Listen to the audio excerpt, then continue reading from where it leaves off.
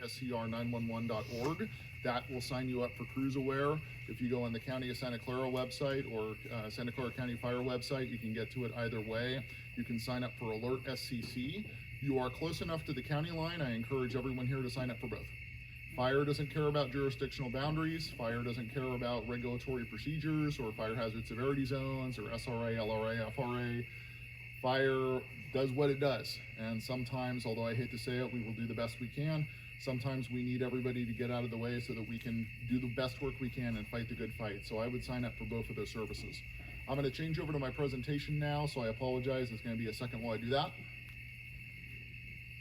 Aha! We have a presentation. I'm going to kind of move my mic a little closer because I do need to go back and forth. So, let's see what we got. So this is us, this is CAL FIRE. And often it's confusing for folks who are not necessarily in the fire service because there's a lot of overlapping layers of fire protection and responsibility. What it basically boils down to is we all have standing agreements with each other that we will go into Santa Clara County to help. Santa Clara County assets will come into Santa Cruz County to help. And I apologize for us being late today, but we were actually on a medical call where we had all three agencies. We had us first in, we had the engine from Redwood Estates as the ALS or paramedic resource, and we had your local volunteers, Loma Prieta, Santa Cruz County Fire. So in terms of the response side, we work together really well on that, but it is kind of a complicated story. And if you need to find out where exactly is my address, there's a tool on Santa Cruz County website, gisweb.santacruzcounty.us. You can look up your address and it'll tell you what special district you are, what fire protection district you are. It'll give you all that information. If you have that vacant property, you have no idea who owns it, you can contact the Santa Cruz County Assessor's Office, and they may give it to you on the phone. You may have to go down there in person, but you can always find out who owns it. And when it's an absentee landowner, sometimes the best you can do is send them a very nice letter and save that letter. So it's complicated, but if there's questions about it, or if you have a specific question about, hey, which side am I on, feel free to talk to one of us after. This is what we're worried about. This is the wildfire hazard. Fire is a natural part of our landscape. Quoting CAL FIRE's director, every acre in California either has burned or will burn at some point. So we have this lovely forest, and we have some places that have not been developed. We have some places that have been developed. There will be periodic wildfire. It could be 50 years from now. I hope not. It could be next week. So it is just something that we have. We call this the WUI, or wildland urban interface. We have people living in houses that feel very much like suburbia, very much like suburban houses, but we are in and among the forest.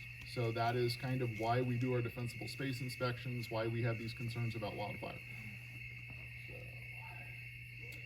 This is a newspaper headline from 1959, fire in what is now Loch Lomond Reservoir and half of Upper Ben Lomond on the San Lorenzo Valley. So we've had fire historically in the Santa Cruz Mountains for many, many years.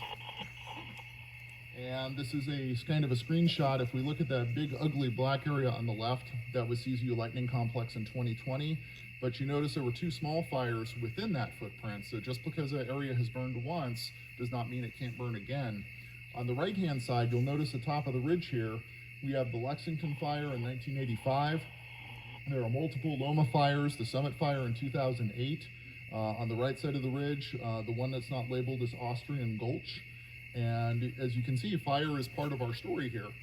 And it's interesting for us that the reason we don't have the fires on this side of the ridge, usually, knock on wood, is that we have the coastal influence, the coastal breeze. Our redwoods love the moisture. We love the moisture. It makes the fires less likely to occur and less intense when they do. But we don't like to rely on that, because if I look at Lightning Complex, well, that whole area enjoys the coastal influence as well. So we're just kind of concerned. This is the potential. This is what could happen. So, again, the Lightning Complex fire. Wildfire statistics. So far, we've had a light fire season, but after my presentation, I'm going to turn it over to Captain Washburn, and he's going to talk a little bit about projecting what could happen with the fire season in 2023. But so far, so good this year. Some years we have really bad fire seasons. Some years we have really good fire seasons. But what we've noticed, the trend is we'll have 2 or 3 good years, we'll have a bad year, 2 or 3 good years, we'll have a really bad year, and the bad years keep getting worse. And that kind of worries us ever since 91, since the Oakland Hills fire. When we've had bad years, I keep seeing, this is the worst wildfire we've ever seen. This is the worst wildfire we've ever seen so far, seems to be the answer to that. So, this is our enemy. This is embercast. So embercast, think of little charcoal briquettes flying through the air. Something's on fire, certain trees, roofs of homes, and it kind of like a little charcoal briquette. You could almost hold it in your hand, flies through the air up to a mile, potentially lands on something and starts a fire. So I'm going to pick on this innocent bench here and just kind of as a thought experiment. Can everybody hear me if I speak loudly? Yep. Awesome. So with this bench, you can imagine I could put an ember on this bench and it's not going to ignite. This is too heavy a fuel to be ignited by embercast, right? However, you can imagine if I had some little stuff, some duff, some debris, something that was near it, that this could light almost like a campfire. Now imagine that this is attached to your house.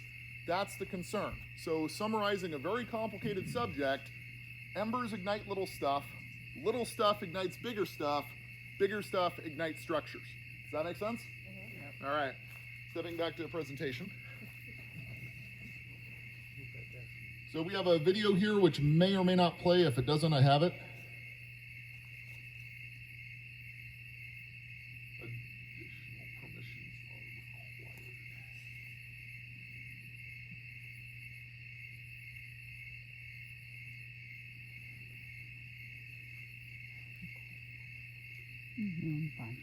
Yeah, the audio on this is not going to do much, but I'll narrate it quickly. So embers falling, clearance around the home. This is going to be a little bit misleading because it's going to show clearing all the trees around the house, which fortunately, piece of good news today, you don't have to clear all the trees around your house. We do need to get rid of the dead stuff because a living tree is much less likely to be ignited by embercast than a dead one. All right. So, this is a house of good defensible space. There's clearance around it, but you notice there's still green stuff all around this house. There's still stuff relatively nearby, but you notice that the house itself survived, the green area survived, and the reason why is good defensible space. Now, unfortunately, we don't necessarily have room on a hillside to do that because there's one other thing that we have to think about other than wildfire, which is erosion control. If you live on a slope, you have hill above you and hill below you, and we don't want the house to go surfing down the hill, and we don't want slides to slide down the hill towards your house. So sometimes we have to think about erosion control when we're also thinking about our wildfire strategies. So, this is another example. I love this analogy. You provide the defense, we provide the offense. So the idea is as many structures as have good defensible space around the houses as possible. That gives us the best chance to do good work and save as many structures as we can. So scr911.org is the website for Santa Cruz County for our Cruise Aware system. But the other thing is it could be that law enforcement goes door to door knocking on your doors and saying, I'm sorry folks, we have an evacuation, town's closed, everybody get out. And that's what happened in Boulder Creek and Ben Lomond and Felton in 2020. So we have a zone haven, breaks the counties up into zones. I think does Santa Clara County currently use? Yeah. Okay, so Santa Clara and Santa Cruz County both use zone haven, so you can go to community.zonehaven.org, look up what zone you're in, and then there's a press release that's issued that says, we need these areas to evacuate, or these areas are under a warning. It also just changed from zone haven. Just out of zone haven. Genesis Protect. Okay, they've just changed systems, but the same idea is press release, website, look up your zone, it tells you what needs to be done. So an evacuation order is we really need people to leave. An evacuation warning is an evacuation's expected soon. Pets, livestock, people who are disabled or may need extra time, you should probably leave immediately. Don't wait for us to tell you. If you feel like you're in danger, think about packing, communicate with each other, communicate with your neighbor groups. If you feel that you need to leave, you need to leave. We also talk about sometimes on the weather side, we talk about a red flag warning, which is something different. A red flag warning is basically the weather service telling the fire service, this is perfect fire weather. So if a fire starts, it could be interesting. So I would encourage you to pay attention to the red flag warnings, but also kind of have a plan. What if I get an evacuation warning? What if I get an evacuation order? So defensible space laws, PRC 4291. If you have a structure in the forest, you have to clear space around it. And CAL FIRE in the areas that we provide service to has to go around and knock on people's doors. Ideally, it's once a year. In practice, it's once every 3 years as we can make it happen. I looked in our records in this area. Many of you were inspected within the last 2 years in this neighborhood. And so that can either be from on-duty fire crews like us at Burl, or that can be from defensible space inspectors who are seasonal or full-time employees who are hired to drive around and basically look at things and knock on doors. Has anyone ever seen this form or been handed this form? So this is our standard LE100 defensible space form, and it just has a checklist of the things we look for defensible space. And again, the idea is to improve the odds. If you're doing everything on this list, your odds are better. If you're not doing one or more things on this list, we're worried about that. But home hardening is a different subject we'll touch on here in a minute. So this is the first line on the form. We don't want branches within 10 feet of your chimney. There's a chimney on the left. There's also a chimney on the right, but you can't see it for all the vegetation around the chimney. And this is one of the things that, especially as we go in the winter, if you haven't had your chimney serviced in a while, have it serviced, clear out the flue. If you have any doubt, hire a chimney sweeper or a chimney company, because we always have that house fire that's, I haven't used my fireplace for 10 years. What do you mean it's built up all this debris in it? So when we say clear around the chimney and maintain the chimney, this is the one part of the checklist that could actually prevent a house fire. So the next one, we're always after people, clear off your roofs, clear off your gutters, clear off your decks. And it's that same idea. If I have a bunch of stuff accumulated on my roof, if we look at all of these pictures of decks, can people see the duff kind of on the corners and the edges and the valleys? So your Class A roof will resist that individual ember by itself, but if that ember ignites the duff or debris that's on your roof, that will burn through your Class A roof. And that can even ignite the underlayment for a metal roof, or that can get underneath the tiles on your tile roof. So that's why we're always asking people, clear off your roofs, clear off your roofs, clear off your roofs, because that's the number one thing that you can do.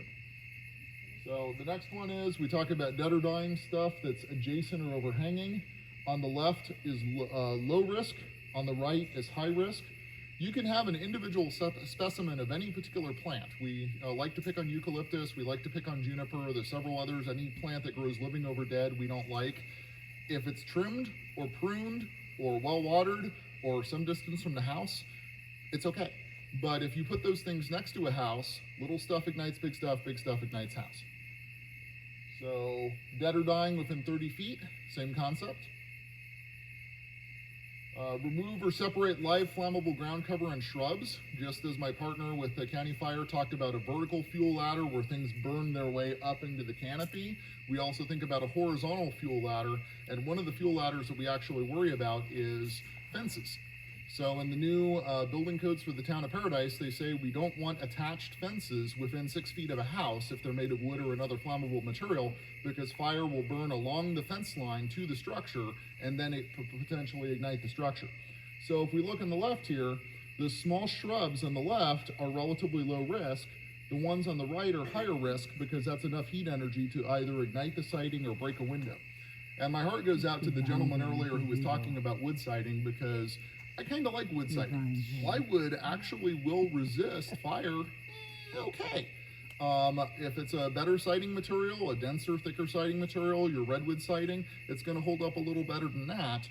But at the same time, if I have something small near it that has enough heat energy to ignite the siding, I'm not as much worried about the siding itself as I am about eliminating all the small things that are near it.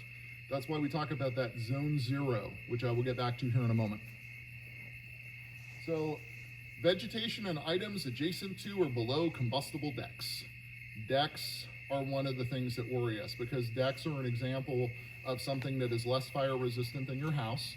A lot of people, when the houses were built, they took the extra wood and stored it under the deck just in case they needed it. Some people store their firewood under their deck. A lot of times people will just store stuff under and not really think about it. So when we do a defensible space inspection, we ask homeowners, can we walk around your house and just kind of point out to you what we see? And often it's, I forgot about that corner, or I forgot about that stuff, or I was gonna take that to the dump 2 years ago. And it's just, fire doesn't care. So anything that's under the deck that can ignite, little stuff ignites big stuff. Anything under the deck, fire burns upward, and the deck is typically above. So we ask people to be really meticulous about clearing flammable material out from under your decks.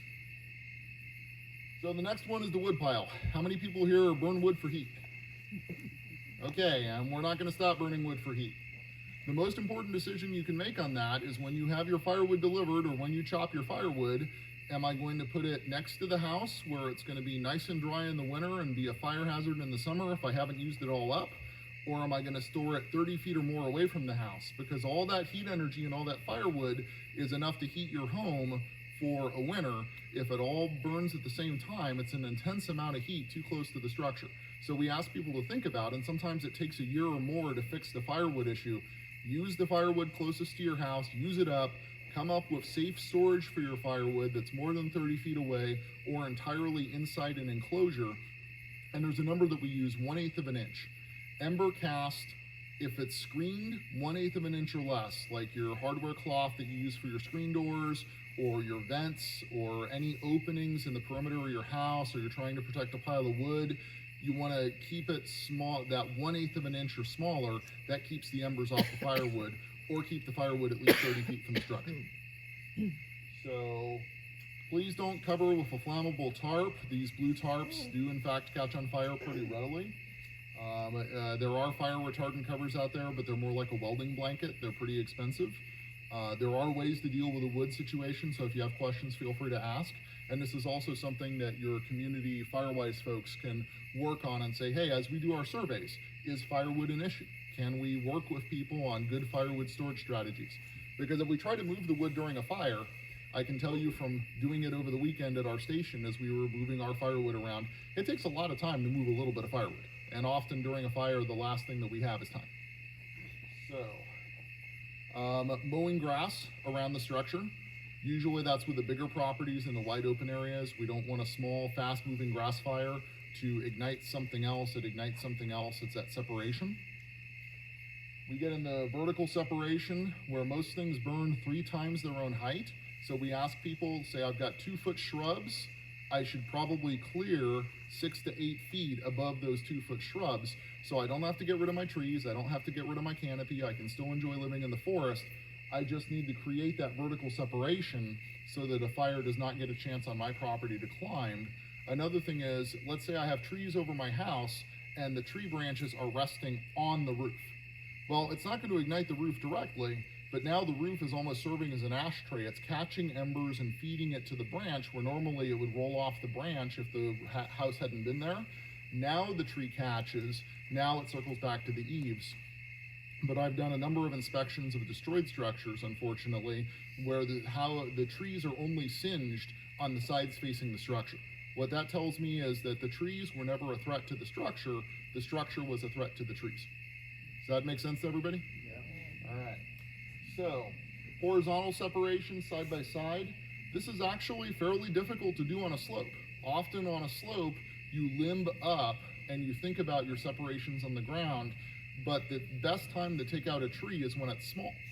As the joke goes in forestry, the best time to do any forestry work or tree work was 30 years ago. The second best time is right now. And so if you think about where your small trees are before they become big trees, you may also save your septic system, but you can also save a lot of potential tree work and tree bills in the future. So this is kind of the layering of the forest. So down below we have your duff, your debris, your ground fuels, your aerial fuels. I've been on inspections where my feet have sunk into the ground from all the duff I'm standing on. You don't want that adjacent to your house. If there's a 2-foot deep carpet of duff next to your house, it's very difficult for us to do much about, and we ask that be cleared at least 5 feet away from the house.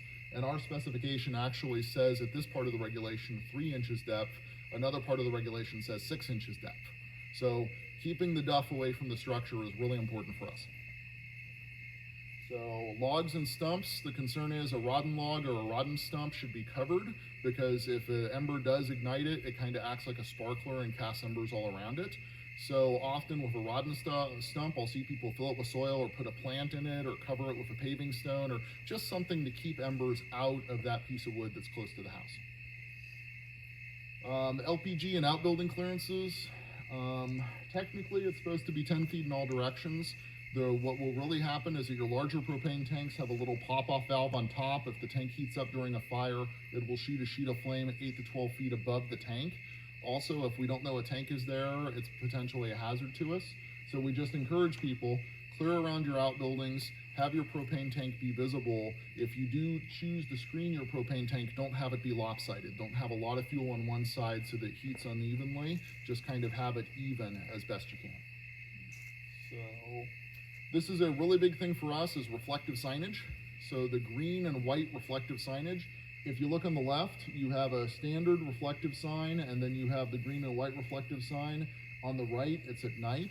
And then at night, we can see the one on the right, and we can't really see the one on the left at all. Addressing helps us several ways. It helps us get to you quickly if there's a medical emergency. It helps fire crews stay oriented as they go house to house. And it's often a cheap win for a Firewise community, because you can just survey your neighbors, see who has the signs, identify a vendor, get the signs made, put the signs up. I will also add, this is really useful when your roads are clearly marked, and especially your road intersections are clearly marked. There's also some discussion sometimes about whether or not to mark a certain direction as a wildfire exit or escape route. But if there's only one route out, there might be a little arrow that says exit. This also helps get rid of people who are poking around looking for trouble. Oh, see the sign? Follow the signs to the exit. Bye-bye. All right. So, chimney screens.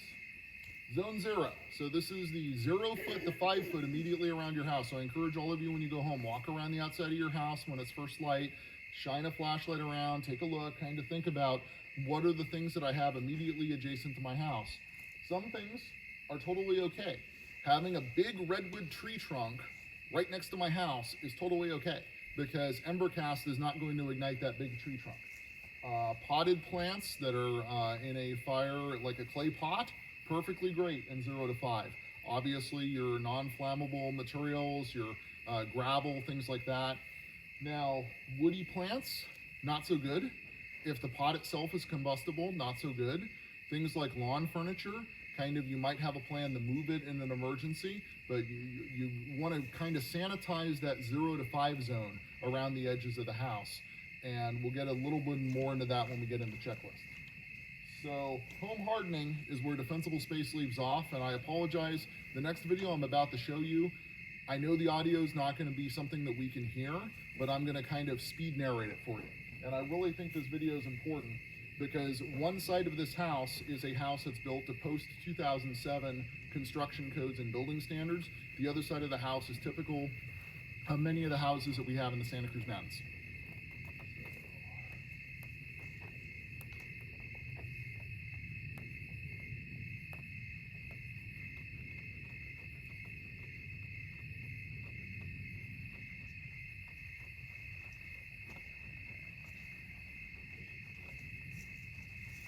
Not look like it wants to play for us.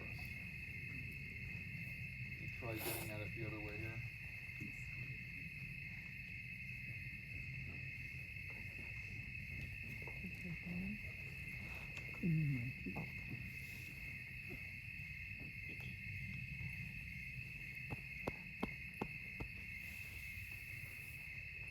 Alright, my apologies. That does not look like this one's going to cooperate with us today.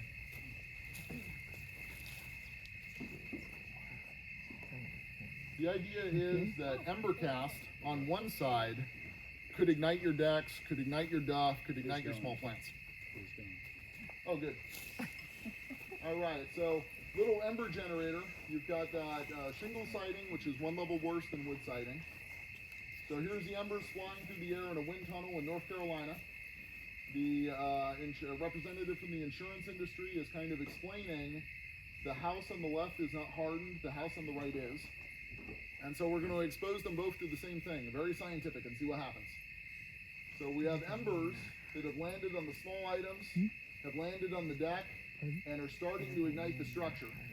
And then on the right side, you've got foil face tape on that deck, and the right side successfully stood up to ember cast, and then the left side didn't.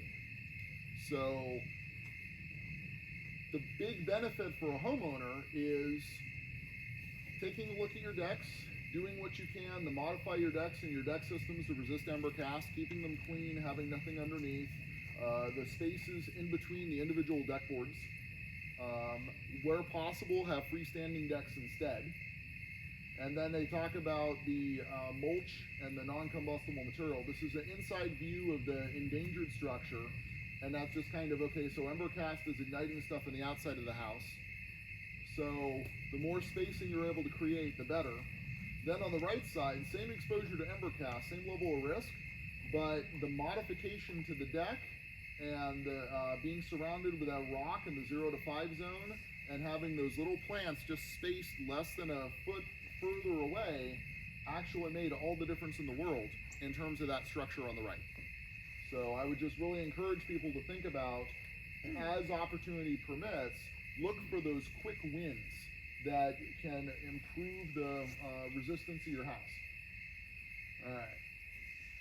So Santa Cruz County Fire Safe Council, they have what's called an HIZ, or Home Ignition Zone program, that if you visit their website, that you can have a volunteer assessor come out and do a detailed inspection on your property. It's much more detailed than what we're able to do. They have evacuation advice. They have a prepared not scared guide, and this guide is just basically a ton of checklists from people who have evacuated many times before.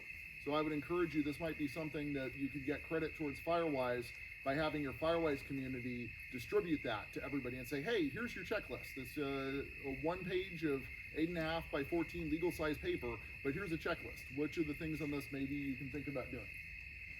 Fuels reduction, and I'll encourage Captain Washburn to talk about fuel reduction as well, because this is what gives fire crews the safety to work when we have clearance on the sides of the roads. And it allows us to get in and get out. It eases evacuation, and it makes it easier for fire vehicles to move through the community. So to the extent that as a community you work on that, that's really good. And things like community fuel breaks and community planning is excellent. But in terms of the benefit to your structure, an individual structure does not get much benefit by clearing more than 150 feet away from the structure. 150 is about, the most that you can reasonably do and have an impact. 100 feet is what the law requires.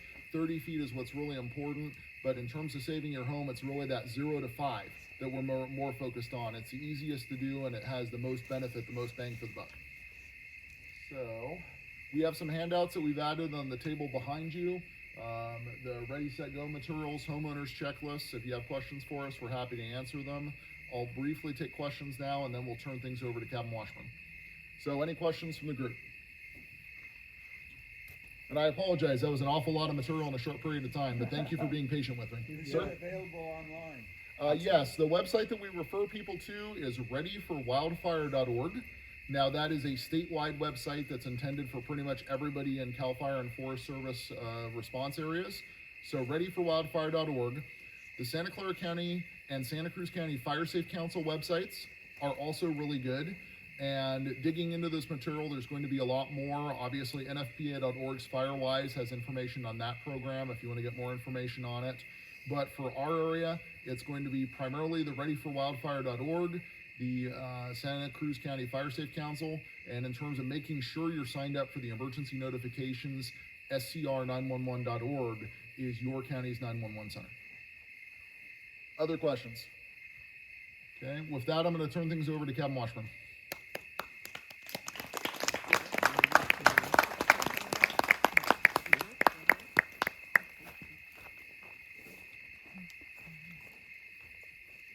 Good evening. My name is Captain Washburn. I'm one of the new fire captains up at the Burrell Fire Station. I want to say thank you for having us here tonight. We're incredibly honored and appreciative to be able to be here tonight. So I just basically want to touch on our local area and our kind of risk for the future fire season that we have. I just want to say that even though we're getting a little bit of marine layer and coastal influence and moisture today, that we're by no means out of the realm of being able to have a wildfire still in our community. So just keep that in the back of your heads. I know as we start to get closer into the winter, we're going to want to start being able to burn. I just want to update with some dates. December 1st is when we start doing burn permits. They can all be requested online, and you need to make sure that we have make a phone call to 1-800-CAL-BURN before we burn. I really don't have too much for you tonight. I just want to say thank you guys very much for having us, and we're happy to be here. Thank you. Question. Yes. Does Santa Clara County allow burn permits? Santa Clara County, yes, that you would go through the, what was that? It's through the Bay Area Air Quality Management District. They would be doing your permits for that. Did Cal Fire doesn't do that? I'm not sure your county. I don't know.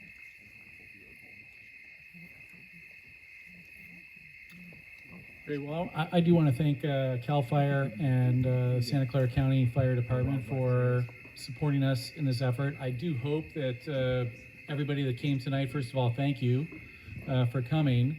And hopefully coming out of this, there's a few things. I know Chris and some others said, I brought a notepad, so I'm going to take some notes. So hopefully everybody got a few things. Just make a list of things that you'd like to do. I realize it's sometimes just overwhelming. There's just managing a piece of land that's up in the mountains. It could be endless work. But if you put together that list and just think about what are one or two things over the next few months that I can do to improve the situation with my own property, that'd be great. And I just want to see if there's any other questions for our guests that are here, that are the experts tonight, before we sort of talk just a little bit about next steps that we can take in our neighborhood. I have a question. Do you have any brochures or information about what is a fire-safe plant in our area, like specific to our area? I've seen other Firewise communities do a really great job at that, but I haven't seen anything for Santa Cruz County. I'll take that one. So the Arboretum. Repeat the question. So the question was about fire-safe plants for our county. And the answer in terms of resources is there's an article and some information on the Fire Safe Council of Santa Cruz County's website that talks about fire-safe plants. I actually left those slides out of my presentation because I didn't think they'd be needed tonight. Shame on me. But UC Santa Cruz Arboretum also has displays of native plants. And our sister unit, Santa Clara unit, has a demonstration garden. Unfortunately, it's in Morgan Hill that has demonstrations of native plants. However, since we're in a fire ecology, just because a plant is native does not mean it is fire resistant. Some native plants are fire resistant, some native plants will burn fiercely, and some native plants are even fire obligate, like your chaparral and brush. They actually need fire to get to the next step in their reproductive cycle, and that's why they're overgrown. So I would encourage you, it's kind of with the native plants, even the professionals who are botanists talk about spacing between individual plants. And speaking very generically, landscaped and manicured plants are not nearly as much of a hazard as anything that is intermixed or interlaced, where there aren't gaps between the vegetation and gaps above the vegetation. Often many people express a concern about privacy. Often you can do adroit spacing so that from the street or from the road or from the sight line that you need privacy, it looks impenetrable, but when you get close, they're spaced in different directions, so you have the effect of screening, but you still have fire safety. And if you have questions about specific lists, I can get with you afterwards. Everybody has a fire safe plants list. None of them are any good, but everybody has one. Okay. Great. I saw a question back here. Yes, is it possible to get a burn permit in Santa Clara County? Yes. Yeah, we did. Yes. That was just an answer. Yeah, the Air Quality Board. Air Quality Board? Yes. Where is that? Online. Yeah, my apologies, because this is the greater San Francisco Bay Area. We are blessed in Santa Cruz County to be on the line. So if you are north of 17 and Summit, you are within the San Francisco Bay Area for a lot of planning agencies, including the Bay Area Air Quality Management District, which also does San Mateo County. Once you cross the line into our county, our air district is Monterey Bay Air Quality Management District. So it's really the air quality folks you have to satisfy first. Once you satisfy them, then you notify your local fire agency. You go through your fire agency permit process. You can look at burnpermits.fire.ca.gov. I don't know if it's set up for Santa Clara County, but the station I would encourage you to call would be either Alma or their headquarters in Morgan Hill, because they probably get that question on their side more than we do on ours. Thank you. That's great. So I will try to follow up and get, essentially a list of fire safe plants and just information where you can go to get the burn permit if you're interested in that, and we can send it out. Thank you. Any last questions? Couple What of about fire safe materials like Trex and cement walls, concrete walls, replacing, existing wood wall with that? You wanna tackle that, or you want me to? What in what regards? Is that an effective thing or what? Yes, how effective is it? Absolutely effective. Yeah. Well, some of these, they say they're fire resistant. I mean, is a deck that's made out of timber tech, is that completely safe or maybe safe? Nothing is completely fireproof. That's why my partner was talking about having that zone 0 is the most effective for your house that we touched on already. I'll take a shot at that. The Office of the State Fire Marshal rates building materials for the construction industry, so it gets to be an incredibly detailed and complicated subject. It's kind of something that gets into plans and building permits when you get into specific materials. The general idea is, how easy is it for something to ignite, and then how much heat energy does it carry once it is ignited? And I'll use two extreme examples. I've got some grass. The grass is easy to ignite, but it doesn't carry very much heat energy. Another example would be a redwood log.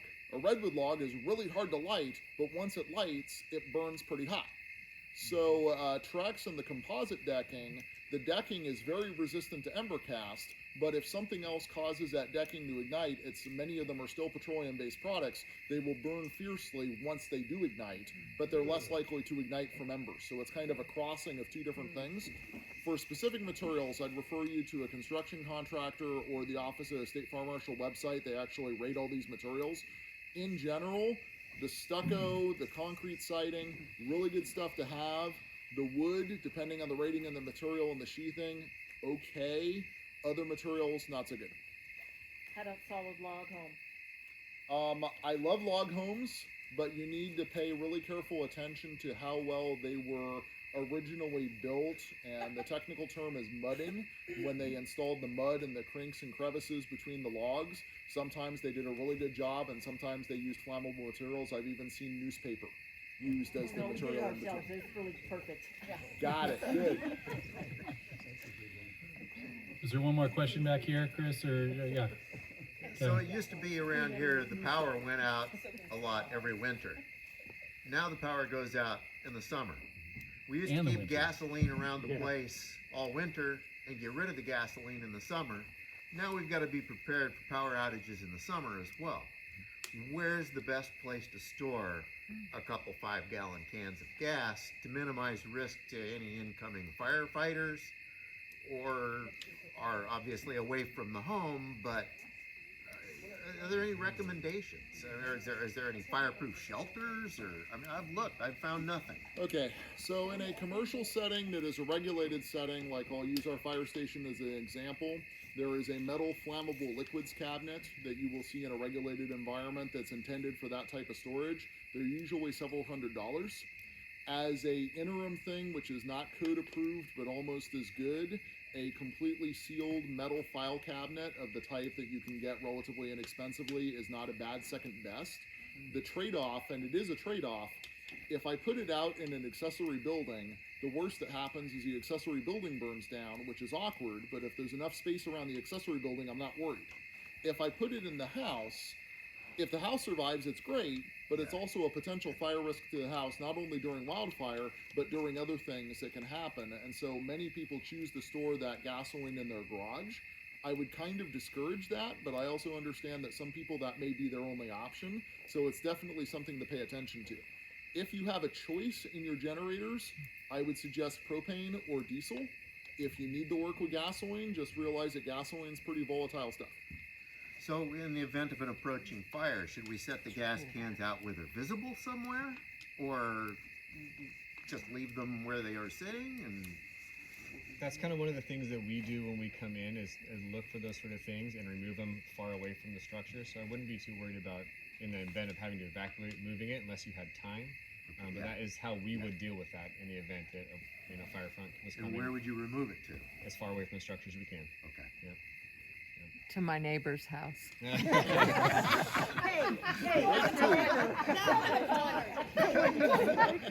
was going to use it to set a backfire. Your favorite neighbor. Your favorite neighbor. All right. Well, I want to thank our guests tonight. I think they've given us a lot of useful information, and hopefully, you all got a couple things to take back to your homes and make them a little bit more fire safe. So with that, I don't know, Steve, do you want to just say a few final words as far as next steps that might be useful? I know we're almost there. Are we all the way there in terms of people filling out the individual property risk assessment forms?